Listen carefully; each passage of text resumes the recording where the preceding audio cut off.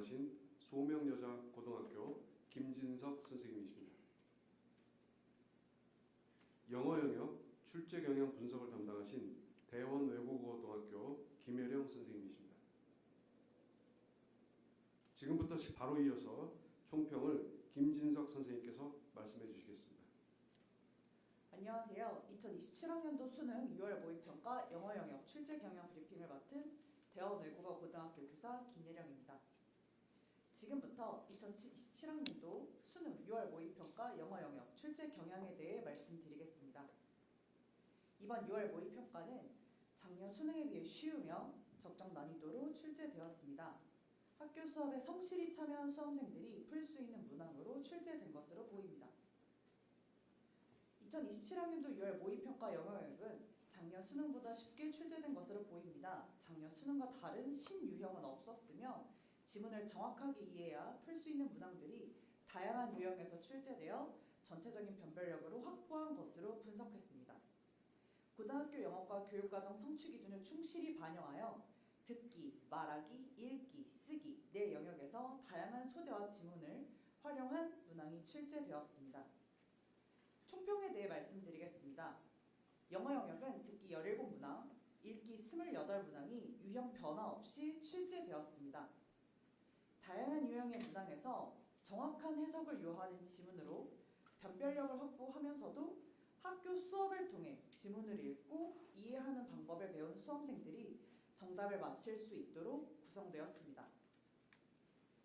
영어과 교육과정의 내용과 수준에 맞추어 고등학교 영어과 교육과정 성취 기준의 달성 정도, 그리고 대학에서 수학하는 데 필요한 영어 사용 능력을 측정하기 위해 다양한 소재의 지문과 자료를 활용한 문항이 출제되었으며 영어의 유창성 또한 정확한 영어 사용 능력을 평가하기 위한 어휘 및 문법 문항이 포함되었습니다. 또한 사실적 이해력, 추론적 이해력, 종합적 적용 능력을 평가하는 문항들이 고르게 출제되었습니다. EBS 수능 연계 교재안은 25문항이 연계되었는데 듣기 및 말하기 문항의 경우 EBS 수능 연계 교재에 나온 대화, 담화를 재구성하거나 소재, 그림 및 도표 등을 활용한 문항이 15개 출제되었고 읽기와 쓰기 문항의 경우에는 EBS 수능 연계 교재에서 지문과 안내문 등을 활용한 문항이 10개 출제되었습니다. 과도하게 추상적이어서 우리말로도 이해하기 어려운 그러한 표현이 사용된 지문 사용을 배제하여 수업에 정말 열심히 참여한 학생들이 좋은 성적을 받을 수 있는 문항으로 구성되었습니다. 33번과 34번 빈칸 추론 유형, 36번과 37번 글의 순서 유형 등의 문항들로 상위권 학생들을 변별하면서도 대의나 어법 파악과 같은 문항들은 평이하게 출제하여 수험생들의 시험 부담을 경감하고자 하였습니다. 주요 문항 분석에 대해 말씀드리겠습니다. 이번 6월 모의평가에서는 지문에 대한 정확한 이해를 바탕으로 한 통합적 사고력을 요하는 문항이 다양한 유형에서 출제되었으며 수업에서 자주 다루어지는 일상적인 소재를 활용하여 고등학교 교육과정 안에서 성실히 학습한 수험생들은 전반적으로 지문을 이해하는데 그리 어렵지 않았을 것으로 보입니다. 절대평가의 기조에 맞춰 적절한 난이도의 지문을 선택하였고 오답 선택지의 매력들을 섬세하게 조정하고자 노력한 흔적들을 찾아볼 수 있었습니다. 변별력 높은 대표적인 문항은 다음과 같습니다. 빈칸 추론 33번 문항은 지각, perception이 사물을 적극적으로 분별하지 않을 때 상상력이 계속하여 기능을 해서 감정은 사람이 세상을 왜곡되어 보도록 한다는 내용의 글로 주어진 예시를 올바르게 이해하는 종합적 사고력을 요구한다는 점에서 변별력 있는 문항으로 판단됩니다. 다만 이와 관련된 구체적인 예시를 보여주고 있어 그 예시 또한 그에 대한 설명을 잘 파악한다면 빈칸에 들어갈 말을 어렵지 않게 추론해낼 수 있을 것으로 보입니다. 빈칸 추론 34번 문항은 예술작품의 수집이 수집가에게 어떤 의미인지를 다룬 글로 지문에 쓰인 어휘를 활용한 선지들 중에서 정답을 찾아내기 위해 글을 꼼꼼하게 읽어내야 한다는 점, 그리고 단순 문제 풀이 요령으로는 정답을 찾기 어렵다는 점에서 변별력을 갖춘 문항으로 판단됩니다. 그러나 글의 중심 문장에 쓰인 어휘가 빈칸을 포함한 문장에 쓰인 어휘와 1대1 대응 관계를 나타내고 있어 정답을 추론하는데 어렵지 않았을 것으로 보입니다. 글의 순서 36번 문항은 식물의 방어 기제를 진화의 관점에서 설명하는 글로 순서를 유추할 수 있는 명시적 장치 없이 글의 논리적 전개를 이해하며 풀어야 한다는 점에서 변별력이 높은 문항으로 보입니다. 하지만 학교 수업에서 자주 다루는 어휘와 표현, 일반적인 글의 논리 구조로 설명되고 있으므로 수업을 통해 글의 논리 흐름을 계속해서 연습한 수험생이라면 큰 어려움은 없을 것으로 판단됩니다. 글의 순서 37번 문항은 스펙터클의 특징을 설명하는 글로 명시적으로 제시된 언어적 표현, 그리고 그 표현이 나타내는 의미적 단서를 종합적으로 이해해야 순서를 파악할 수 있는 문항입니다. 글 전체의 논리성과 문장 간의 유기적 연결 관계를 정확하게 이해해야 하므로 수험생의 종합적인 독해 능력을 평가하고 있는 변별력 높은 문항으로 판단됩니다. 하지만 수업 중 문장 간 유기적 관계를 파악하는 연습이 꾸준히 해왔다면 충분히 해결할 수 있는 문항으로 판단됩니다. EBS 연계에 대해 말씀드리겠습니다. 50% 이상이라는 EBS 연계율과 연계 방식을 유지하면서 연계 체감도를 높인다는 출제 방향에 따라 듣기 및 간접 말하기 문항뿐 아니라 읽기 및 간접 쓰기 문항까지 전체적으로 연계 체감도를 높이고자 하였으며 전체 문항 연계율은 55.6%로 총 25문항이 연계되었습니다. 연계된 문항은 다음과 같습니다. 보도 참고 자료를 살펴봐 주시면 감사하겠습니다. 마지막으로 종합 의견을 말씀드리겠습니다. 이번 6월 모의평가는 작년 수능에 비해 쉽고 유형 변화 없이 적절하게 출제되었습니다. EBS 연계율은 55.6%로 45문항 중 25문항이 간접 연계되어 출제되었습니다. 동물의 인식 능력, 패션 스타일의 변화, 관광 산업의 통합 등 EBS 수능 연계 교재에서 자주 사용되었던 소재, 일상적이고 친숙한 소재의 지문을 다수 포함하여 수험생들의 시험 부담을 경감시킨 것으로 보입니다.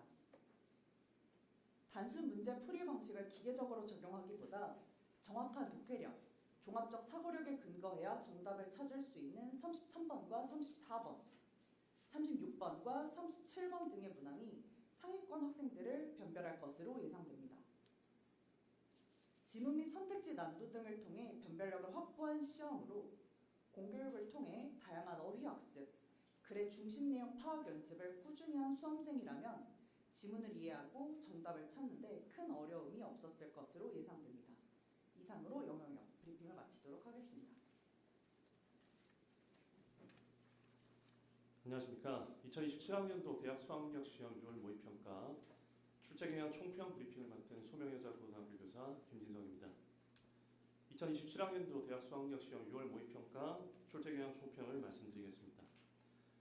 영역별로 다소 차이는 있지만 이번 6월 모의평가 시험의 전체적인 난도는 작년 수능과 유사하거나 다소 쉬운 수준으로 분석하였습니다. 교육과정을 벗어나는 문항을 확실히 배제하였고 작년 치러진 모의평가와 수능의 출제 경향성이 유지되어 수험생들이 학습의 방향성을 정하고 안정적으로 수능을 준비하는 데 도움을 줄 수 있을 것으로 보입니다. 전 영역에서 대학 수학력을 확인할 수 있는 문항들이 출제되었고 전체적으로 적당한 수준의 변별력을 확보한 것으로 분석하였습니다. 수능에 응시하는 수험생 집단의 특성을 감안할 때 개개인의 준비도에 따라 다소 어렵게 느껴지는 문항들이 있을 것으로 보입니다. 하지만 다소 까다롭게 느껴지는 문항들 역시 교육과정을 기반으로 하고 EBS 수능 연계교재를 활용하여 출제하였기에 학교 수업을 통해 체계적으로 학습해온 수험생이라면 충분히 해결할 수 있는 수준으로 판단됩니다. EBS 연계율은 50% 수준을 유지하였고 연계 체감도를 높이기 위해 연계교재에서 다루는 소재와 제재, 작품과 문항 아이디어 등을 고루 활용하여 출제하였습니다. 특히 변별력 높은 문항들 중 다수를 EBS 수능 연계교재를 활용하여 출제하여 수험생들이 느끼는 연계 체감도는 높았을 것으로 생각됩니다. 이상 총평 브리핑 마치겠습니다. 는 손을 들어주신 후 소속 성함 말씀하시고 질의해 주시길 바랍니다.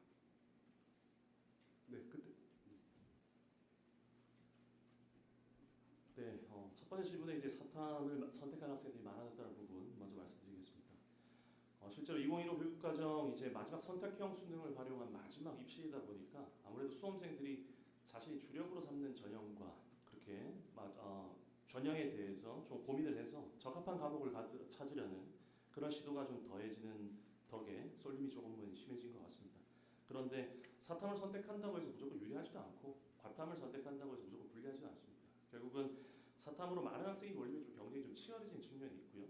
과탐은 상대적으로 중하위권 학생들이 사탐으로 조금 더 선택하는 경향이 있다 보니까 오히려 중위권 학생들 같은 경우는 조금만 노력을 하면 충분히 좋은 성과를 거둘 수 있을 것이라고 생각합니다. 두 번째로 이제 작년 수능에 비해서 약간은 좀 쉬운 편이라는 평들이 있었는데요. 사실 지역의사제와 연결시켜서 말씀해 주셨습니다. 지역의사제 같은 경우는 올해 이제 490명 정도 선발이 예정되어 있는데 재작년 1,500명 증원됐을 때 비교해봐도 그때 역시 수능 시험이 상대적으로 약간은 쉬웠다는 평가가 있었음에도 불구하고 변별에 사실상 큰 문제가 없었습니다. 그래서 올해 역시 지금의 6월 모의 평가뿐만 아니라 9월 수능까지 이어지면서 수험생들에 대한 어떤 정확한 분석을 바탕으로 해서 평가관에서 충분히 다 대처할 수 있을 것이라고 생각합니다.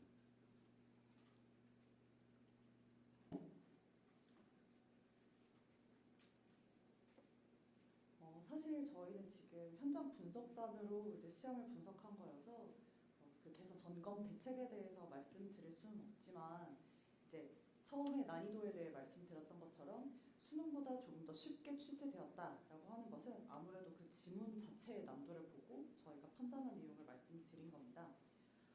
작년 수능의 경우에는 똑같이 추상적인 개념을 다룬 문항들이 많았는데 이번에도 사실 추상적인 개념을 다룬 문항은 많습니다. 그러나 그 개념이 어느 정도의 이제 깊이로 들어가느냐가 조금 다른 거여서요. 지금 제가 변별력 있는 문항은 상위권 변별 문항이라고 말씀을 드렸고 이제 중위권, 하위권 모두 변별하는 것 또한 변별력이라고 말씀드릴 수 있는데요. 지문을 읽다 보시면 이제 빈칸 문항에서 저희가 preservation, conservation이라는 단어의 개념을 비교하는 문항이 등장합니다. 그랬을 때 이제 사전적 어휘로는 둘 다 보존이라는 단어거든요. 자연 보호를 할 때도 preservation이라는 말을 쓰고 또한 conservation이라는 단어를 쓰는데 학생들이 그냥 자칫하면 1차원적으로 접근할 수 있는 단어를 어떻게 필자의 생각에 따라 조금 더 생각을 확장해 나갈 수 있는지 조금 더 친절하게 설명하는 지문들이 작년 수능보다 다수 있었다고 생각합니다. 그래서 작년 수능보다 조금 더 쉽게 출제된 것으로 보인다라고 말씀드린 것이었고요. 어떻게 공부를 해야 하냐라고 이제 물으셨는데 이제 제가 이제 모의평가나 수능 때마다도 말씀드리지만 수험생들이 이제 스스로 공부하기보다는 이제 조금 더 기술이나 아니면 다른 것들에 의존해서 해설이 되어 있는 부분을 그대로 받아들이는 경향이 있는데 저는 말 그대로 문장 하나를 학생들이 조금 더 시간을 갖고 천천히 들여다보는 연습을 했으면 좋겠습니다. 결국 사전적 의미에서 벗어나지 않는 단어들로 구성된 시험이었거든요. 그런데 이 시험이 어려웠다라고 한다면 본인이 생각할 수 있는 훈련이 조금 부족하지 않았나, 그 훈련을 조금 더 한다면 다음 모평 수능 때 더 좋은 점수가 있지 않을까라고 생각합니다. 너무 정석적인 공부 방법론을 말씀드린 것 같아서 네, 약간 송구스럽기도 합니다. 감사합니다. 2027학년도 대학 수학능력 시험 6월 모의평가 하겠습니다. 감사합니다.